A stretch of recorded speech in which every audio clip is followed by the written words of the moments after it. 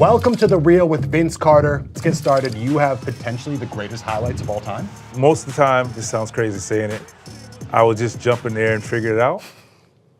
Sorry, but that's just kind of how it was. Tracy and I, we live for the moment to be in transition. So I'm in my mind, I'm thinking of, okay, what could I pull out? What could I do? What could I do in the moment, in the moment, in the moment? I'm gonna go to the windmill, and my body would do something else, and I just go with it. You didn't see that often, the 360 the one way. I used to work on this so much to where I could not go the other way, the correct way, if you would, anymore. To where this was a walk in the park. And if you asked me to actually do it the correct way, I would struggle. That celebration to me is one of the best parts of that dunk. So I love it. So I'm gonna add to that. So I have music in my mind all the time. So it was off a beat, and I'll tell you, I know the beat. I'm thinking about boom, boom. That's what it was. I'll never forget that. You know, it's all just instinct. This was an incredible pass in Toronto. Walk me through this. This is the real definition, ladies and gentlemen, of a no-look pass. This is a special night, first time on TV for the Raptors getting their first national televised game, and I go for 50-something, 50 or 51, one of those. And it was just kind of in the moment, and I remember cutting across the court, catching the ball right there, and obviously Uncle Cliffy, may rest in peace, is right there, and I, for some reason, in between the two, I could see Morris Peterson. And out of your peripheral right there? Yeah, but the left side. So I'm looking on the left. Okay. That's the real no-look pass, because I'm not really looking. You know, we could do the pass and then look away. We call it no-look. I really did not look and was hoping it worked out. Catches it and he scores, and it's like, yeah, I did that. You know, but like, obviously this could have been tragic. But it's all about timing, though. But I mean, you see your play, and as you're getting off of it, you kind of look away then. But that one, it was literally a blind play. The 2000 dunk contest. Let's go through each one and walk me through them. A lot of people did the regular 360. A lot of people didn't do the reverse 360, and I wanted to kind of bring the 360 dunk, but instead bring it down to a windmill. I wanted to set the tone and the standard, if you would, on what a windmill, because if you go look up a windmill and watch a windmill, you don't see the arms broken, do you? No, you see a full extension on a windmill. So let's not call a windmill unless you want to have a full extension. So I wanted to combine the two together, and I'd been practicing and barely, and I do mean barely, making this dunk, and I chose to do that dunk first in case I missed the dunk or just it was a squeeze dunk or I barely made it. I got some points for it, or if I was behind, I still had a chance to catch up. And that was my game plan too. Yeah. Extra points. Okay, here you go. The reason I chose the Tai Chis, because at that time, this is 2000, you can take the Tai Chis right out of the box and play a professional basketball game with no issue. Back in the day, a lot of the shoes that were brand new that would come out of the box, you had to rub them and burn them and get all of the rubber off of the bottom because they were super slippery. I didn't have that problem. These were brand new, never worn until out the box right before the dunk contest. Right before the dunk contest. Got into some special sort of zone that day. I seems like transform into a superhero or something. Half man, half amazing. Maybe 100% amazing. All right, let's go to the next one. What I was trying to show here is off of one step, one step, then to the gather, the ability to jump away from the rim while doing a full extension windmill, still being able to execute this dunk. In retrospect, as I look back, maybe this should have been my first one. And I only say that because Mr. Kenny Smith gave me 49. Not that I'm holding on to it, but I remember. So there's a lot of crazy things about all of this. I split my middle finger. So I dropped the weight after practice on my finger, and the fat pad in the middle of my finger explodes, comes out of my finger. So I had to go straight to the hospital. This is 2 weeks leading to this. I missed my dunk practice. This was our first time ever trying it. I said, you want to bounce it waist height, all right? Look how high the ball goes. It goes chin height. But there again, bad passes make for great highlights. And now, like, my confidence, it's over now. Like, I feel like I can try anything that's gonna work. That's where it's over came from. Did you hear Kenny Smith saying it's over? Round for Vince Carter. Oh, it did not. It's over, ladies and gentlemen. I couldn't hear anything. It was just all of a sudden cameras, I'm like, it's over. All right, so you said it was over because you were so confident in the honey dip? The confidence to do that came from the between the legs. The basketball gods were in your favor. But what do I want the crowd to get out of this? I want silence. The wow factor is so wowing to where you can't say nothing. The reaction that they had is what I was looking for, and that's what I wanted. Have you ever seen Shaq's footage from the camcorder? I ask him all the time. He's like, don't worry about it. Don't worry. So that means he doesn't have it. Can you give me your top 5 individual dunk contest performances? You can include yourself too. This is in no order, but I give Aaron Gordon and Levine as individuals. They were both great, so I give Aaron Gordon one. Okay. I say Levine, the originator, Dr. J. He set the tone and the bar to what dunking has become. We just took parts of what he's done. So I throw Mike and Neek in there. I mean, I'm gonna put myself in there.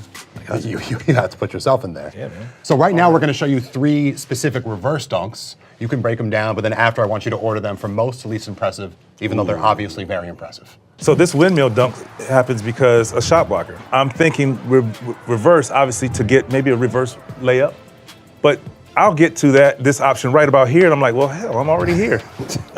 So that's why you see no reaction. They're thinking, oh, reverse layup or whatever. Del Curry, out of all your teammates, was the least excitable, it seemed to me, on the bench. Yes, absolutely. All right, let's go to the next one. He's coming 2 hands, so I'm like, all right, I can finish on the other end. Sometimes I would overdo a play, so maybe the right play is just go lay the ball up right here. But in my mind, I'm thinking he's still 7 feet, he's gonna block it. So right about here, I'm thinking reverse, layup. But every time I'm like, oh, damn, there it is. Since we're here. This wouldn't apply to most people. Yeah, and Like- sometimes I surprise myself. I feel like after I dumped it, I look back like, oh man. Let's do that. This one is incredible. Now I actually did what I was really thinking about, and that's better than anything to see. You know, obviously you don't see it while we're live, but when you actually get to see a replay and you see an opponent, particularly a Miami Heat, who you're not supposed to show emotion for the other team to see that, but it's just like being an athlete. I always thought I'm gonna just jump up there and either hang up there longer than you to see what's available, or I'm just gonna just go and figure it out. That's what came with that. So let's rank these reverses. Probably in order, Okay. as you have it. I mean, for the wowing factor, I mean, you can see the crowd. It's a wowing factor. For some reason, that third one's really sticking out to me. Yeah, I think that's one of my more acrobatic plays that's not a dunk. So I saw Del Curry on the bench there, and I've seen clips of Steph Curry playing in Toronto when he was a kid. Did you have any experience playing or seeing young Steph? So I would get my workout done. Steph was already on the court. You ready? You ready? I'm like, yeah, calm down. Let me get my workout in, and then we would play. And I would make sure I dominate him because you could see the potential and the drive and the love of the game. He got the best competition. This is young Vince in my prime. He's playing, he's seeing it every day, so it didn't surprise me. He had the want to. He always wanted to get out there and compete and play and go through that process. When it came to lobs, few people have ever finished with more authority than you. This one is one of your more famous ones. Well, the greatest thing about this is hearing the announcer when he talks. He's like, okay, you got the dunk that you wanted, blah, blah, blah. I was like, well, they got more than just the dunk here. The lob. The fans got what they wanted. A bad pass makes the best highlight dunk. And D Brown says he saw me as he's catching it, and I'm already going. So there again, I'm just jumping and figure it out later type thing. So would you tell your teammates to throw a bad pass, to tweak your dunk I just that tell much them to more? throw it because I feel like if you try too hard to make it a bad pass, then it's a bad pass. Yeah, that's a tough line. And then we don't execute it. So I just say throw it. So you didn't finish every single dunk, but even your misses were almost iconic. Can you take me through this play? As I'm spinning, I'm trying to see the ball, time it, figure out where the heck the ball's gonna come off, how hard it's gonna come off. And it came off the backboard a little harder than I would have liked, or being picky in this situation. It's absurd, But if it comes off a little softer, or I'm a second later. Right here, I'm holding on for dear life is when I'm starting to lose it. And I remember Kobe afterwards, he's like, you almost made that thing. I was like, I tried. If you had made this, where would this have ranked all time to you? This would have ranked up there with, I mean, probably one of the best. I mean, it's hard, I don't know. I wanted to deliver the product for you guys to enjoy. From Toronto, traded to New Jersey, one of the most beautiful places in the country, but you returned to Toronto and broke their hearts. The one thing about it when you're playing a rivalry game, if you would, or going back home, or to play against your team, patience. Especially in my situation with this, the boos were unreal. And from California, 6'4" guard at number 5, Jason Kidd. So when I hear about, LeBron went back to Cleveland and the boos, I was like, that? No, that was nothing. So to be in the moment and to be able to settle myself in to knock down this shot was crazy. It was just a great moment. I didn't really know how to react. Like, I just stood there. The one thing we said, that was said to me going out there is like, hey, we got your back. Go have fun and enjoy. It made me feel good and it freed my mind to go out there and play a good game. I was telling you earlier, I love watching this Nets team, and this series of moves in particular was pretty incredible. You have to understand who they are and how they attack you on the defensive end. So, you know, with Zoe, you have to hit him first, and this is somewhere at 05, 06. They can take you out the air and knock you down, so it was more protection. Today, that would be There's no such one. thing. Absolutely. I'm just thankful to be able to get free. That's Gary Payton. That's not just any defender either. And there's a celebration, so it just became a thing on accident. So one of our rookies, you come on like I was in the club and I was in there dancing. Young jock. So he comes in one day, was like, where's such? And he got cut. And the next game I said, you know what? I'm gonna do this in his honor. It caught like wildfire till the next thing I know, it's like, yeah, we're revving it up. Yeah, I mean, you did it till the end of your career. I did. So I don't know if you had something against Alonzo Mourning. I feel like as much as I get credit for it, a lot of credit should go to Jason Collins. This dunk happened because of him. Watch Jason Collins in front of them. I'm gonna hold you.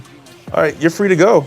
But look where he is now. So as a shot blocker with that momentum, what chance do you have? And it's funny, you look at it, I felt, when I bumped him, in my mind, I felt like I was at the top of the backboard. I remember running down the court, and I try to play the tough guy in my mind. I'm jumping like a kid over here, like, oh, I got him. D Wade is running by, starting his trot down. He's like, damn. He says to me, and it made me laugh. It's because obviously that's your teammate, and you never want to show your emotion, but it happens. Sometimes you get caught in the moment. You always killed Alonzo Mourning, but you also had a habit of killing Toronto. As I'm turning around, obviously instincts, and I feel him there, and let it fly. And were you sometimes more comfortable taking Absolutely. a non-fundamentally sound shot? 100%. Because that seemed to be your standard. That's what be. And emotion took me, and it gave for that's an unbelievable picture, man. You don't practice this much, the swipe under to the three, which is one of the hardest adjustments. Del Curry, who we talked about, was one of the best at it. So then you knew you were ready to react. The first time you weren't ready. Right. Here you let the emotions out. Right. But I mean, I made the shot to go to overtime to give ourselves a chance. And here, Lawrence Frank drew an unbelievable play. I'm setting a fake screen. See, Anthony Parker's on top of me, so that tells me already what they're gonna switch. But the beautiful thing about it, if you play it right now, watch Keon Dooling. Give me the ball. So now Anthony Parker is probably trying to stay home to me, but he's like, oh, he's open.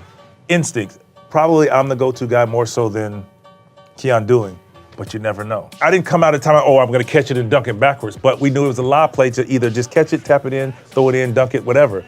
And my momentum took me under the rim, so naturally you catch it and dunk it backwards. And then that was just the emotion like, Now you're back Now to it's non-reactive. Against LA, you really went 5v1. I see Cook, so I'm like, well, he's in the way.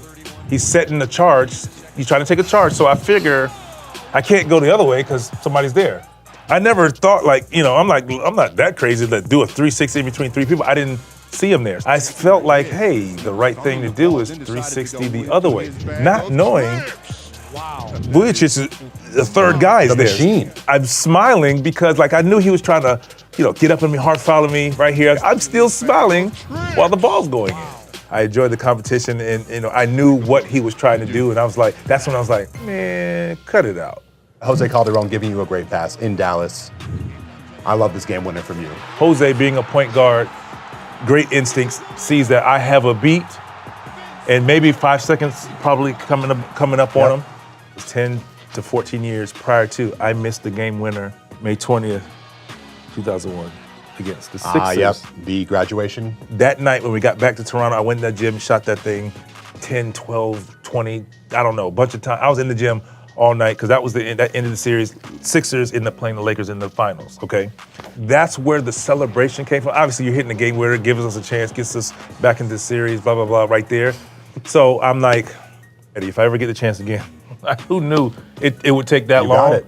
And it was just a great feeling. So I think that's where that emotion And the wherewithal to pump fake with so little time left. In my mind, he was trying to block. I mean, Ginobili's smart, so I didn't think he was going to foul me. It was just, I just needed a second. He's not there, and just still focused. Like I said, pump fake to a reload three is one of the hardest shots, and I was able to knock it down. Vince, thank you so much for sitting with us, giving us brand new insight.